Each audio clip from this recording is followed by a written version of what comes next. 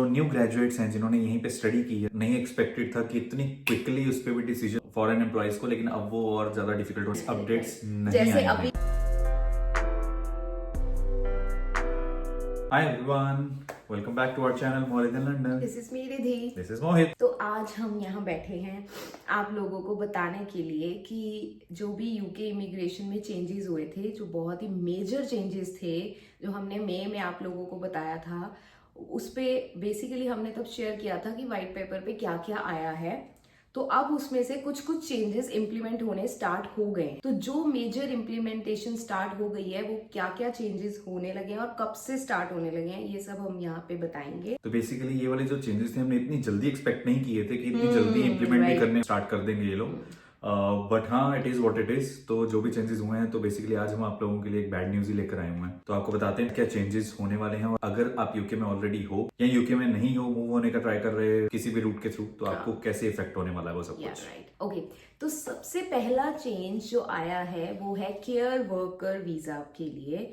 बहुत ही गंदा चेंज है, I would say. Care worker visa अब बंद हो गया है यूके में। तो basically care worker visa was already a grey area. Exploitations हो रही थी, इस वजह से गवर्नमेंट को जल्दी से जल्दी इसको बंद करना था। बट हाँ, अगेन नहीं एक्सपेक्टेड था कि इतनी क्विकली उस पर भी डिसीजन आ जाएगा। अगर आप बाहर से आने का ट्राई कर रहे हो as a care worker visa, you have just until 22 of July। 22 जुलाई ऑनवर्ड्स केयर वर्कर वीजा बिल्कुल स्टॉप हो गया है। अगर आप ऑलरेडी यूके में हो तो आप कंटिन्यू कर सकते हो, आप अपना वीजा रिन्यू भी करवा सकते हो।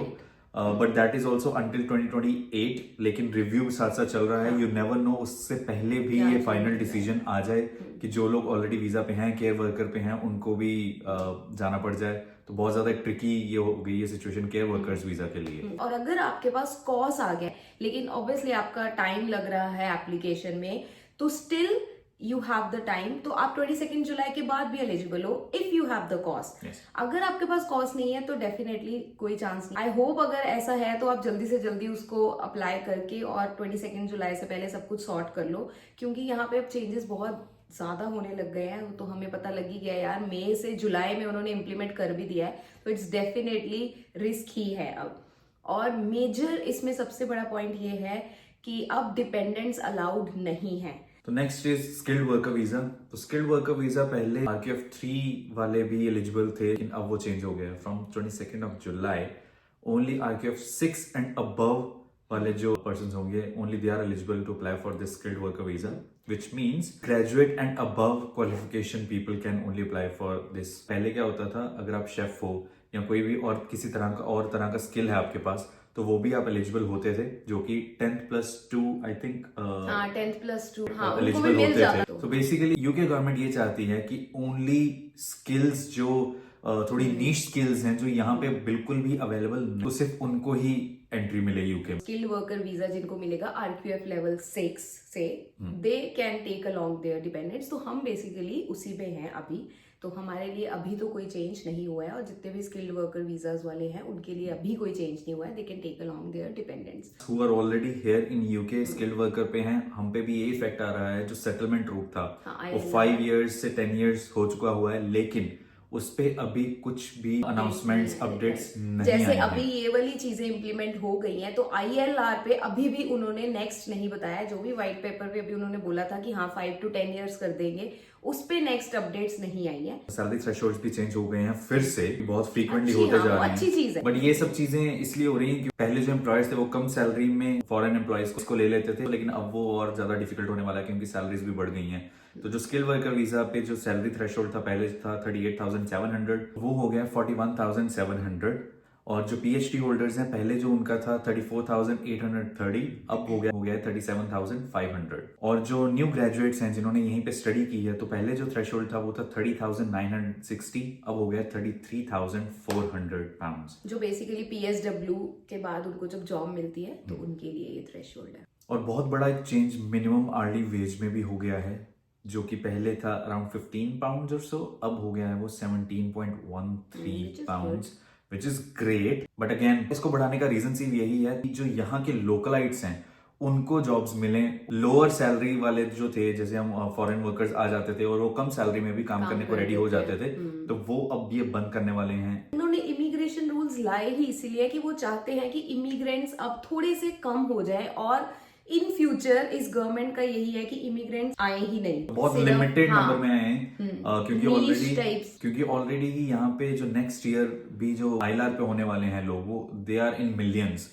तो ये सब कुछ को कंसीडर करते हुए ही ये सारे चेंजेस यूके गवर्नमेंट कर रही है। तो लेट्स सी अब किसका नंबर लगेगा बीच में। तो नेक्स्ट है ऑब्वियसली, अगर ये सब कुछ बंद कर रहे हैं तो उन्होंने क्या किया है, एक टेम्परेरी शॉर्टेज लिस्ट निकाली है जो है वैलिड दिसंबर 2026 तक। फॉर नाउ ये चेंज होती रहेगी। तो एक मैक कमेटी बैठती है यहाँ पे, तो वो देखती है कि एक्चुअल में किस किस चीज की यहाँ पे रिक्वायरमेंट है, शॉर्टेज है। तो वो उस लिस्ट में वो सारी जॉब्स डालेंगे, उसमें उसकी पूरी रिक्वायरमेंट्स डालेंगे। आप वो लिस्ट हमारी डिस्क्रिप्शन में है, आप देख सकते हो उस लिस्ट को भी। उसमें बस सबसे मेजर जो ड्रॉबैक है उस लिस्ट का, you can get a job here but that is on temporary basis, and that too आप डिपेंडेंट्स नहीं ला सकते अपने यहाँ पे। और यहाँ पे आके आप अगर आप उस रूट से आ रहे हो तो आप सेटलमेंट की तरफ आप जा बिल्कुल ही जा नहीं सकते। हो। That is not valid at all. उस रूट से मतलब वैलिडिटी ही नहीं है कि आप सोचो कि कल को मैं आईएलआर अप्लाई कर दूंगा, वो ईयर्स ही वैलिड नहीं है। तो वहां से आप सेटलमेंट रूट में जा ही नहीं सकते। तो ये सब कुछ चीजें एक्चुअल में क्या हो गया, अभी तो बहुत सारे लोग अभी ऐसे कि सबको अभी जल्दी हो रही है सबको कि tension हो रही है। हमें वीजा मिल जाए, हमें किसी तरह से कॉस्ट मिल जाए। तो अभी बहुत सारे फ्रॉड्स भी स्टार्ट हो चुके हुए हैं। बहुत सारी कंपनीज का नाम लेकर बहुत सारे लोग फ्रॉड्स करने की कोशिश कर रहे हैं। तो मेक श्योर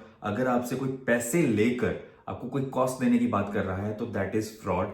ऐसा नहीं है। अब यहाँ पे गवर्नमेंट बहुत स्ट्रिक्ट हो चुकी हुई है। जितनी भी ऐसी कंपनीज हैं, जितने भी ऐसे लोग हैं, उन सबको पकड़ा जा रहा है। तो मेक श्योर कि अगर आपको कोई ऐसे कोई बोल रहा है तो आप अपना पूरा होमवर्क करो उसको। बोल रहा है कि हाँ 5,000 पाउंड दे दो तो हम आपको स्पॉन्सरशिप दिलवा देंगे, हम आपको कॉज दे देंगे। Cause is like certificate of sponsorship, if you don't know. तो ऐसा कुछ भी मत करो। अब ये वाले, तभी तो गवर्नमेंट स्ट्रिक्ट हुई है क्योंकि उसे पता है कि कुछ कुछ चीजें ऐसी चल रही हैं, इलीगल इमिग्रेशन हो रही हैं, इसीलिए गवर्नमेंट इतनी स्ट्रिक्ट हुई है। और अगर कोई भी ऐसा केस हुआ कि हाँ आप क्रिमिनल केस में फंस गए हो, तो ऐसा भी हो सकता है कि आपके लिए इमिग्रेशन पूरी लाइफ टाइम के लिए ही बैन हो जाए। तो इट्स बेस्ट कि आप कोई भी ऐसे वैसे रूट की तरफ मत जाओ। government.uk की वेबसाइट पे देखो कि ये जो भी कंपनी आपको कॉज दे रही है, क्या वो एलिजिबल है लाइसेंस देने के लिए या नहीं है। कभी कभी ऐसा होता है कि वो आपको पैसे देंगे और वो एलिजिबल ही नहीं है, तो don't get into this thing. तो इसी के साथ हम अपना ये आज का बैड न्यूज वाला ब्लॉग खत्म करते हैं। Short and sweet, Not not sweet. I know not sweet. But हाँ, ये भी इन्फॉर्मेशन बहुत जरूरी थी आप लोगों के साथ शेयर करना, तो अब हम शेयर कर रहे हैं आप लोगों के साथ। आई होप आप लोगों को इन्फॉर्मेटिव लगा हो। अगर आपके कुछ भी क्वेरीज हैं, कुछ भी डाउट्स हैं, आप अपने कमेंट छोड़ सकते हो। और आपको क्या लगता है कि ये कैसे हैं चेंजेस, आपको कुछ इफेक्ट्स हो रहे हैं डायरेक्टली या इनडायरेक्टली, तो आप अपने कमेंट्स में अपने व्यूज छोड़ आप सकते हमारे हो। साथ शेयर करो। हमारे नॉन में बहुत सारे लोग हो रहे हैं, तो फिर हम नेक्स्ट अपडेट्स एनीवेज जैसे जैसे यूके गवर्नमेंट करती रहेगी अपडेट चेंज, हम साथ साथ आप लोगों को बताते रहेंगे। तो व्हाइट पेपर का लिंक फिर से डिस्क्रिप्शन में डाल दिया है। If you want to read, 150 pages का है, तो आप आराम से तसल्ली से बैठ के पढ़ सकते हो। इसी के साथ हम आज का ये व्लॉग खत्म करते हैं। और do subscribe, share to your friends if you like it, comment as well. हम इंस्टाग्राम पे भी हैं, तो वहां पे भी मॉलिदिन लंदन को यू कैन फॉलो, वहां पे भी लेटेस्ट अपडेट्स आते रहते हैं। सो इसी के साथ आज का व्लॉग खत्म करते हैं। Thank you so much for watching, bye.